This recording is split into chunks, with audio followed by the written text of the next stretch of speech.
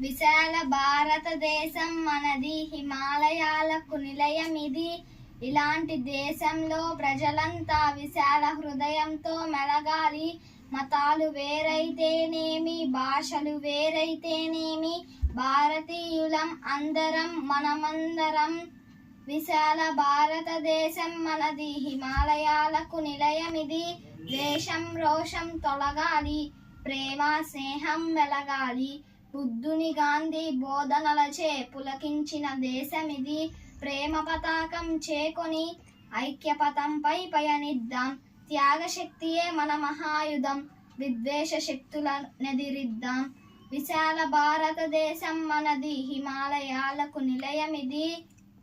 కూలీ రైతు కలవాలి, చేయి చేయి కలపాలి. పల్లె పట్నం ఏకంగా ప్రగతి పథంపై కదలాలి. అనారోగ్యమును అతిక్రమించి, అసమానతలను తొలగించి, అన్ని రంగాలలో అభివృద్ధి గాంచాలి. విశాల భారతదేశం మనది, హిమాలయాలకు నిలయమిది.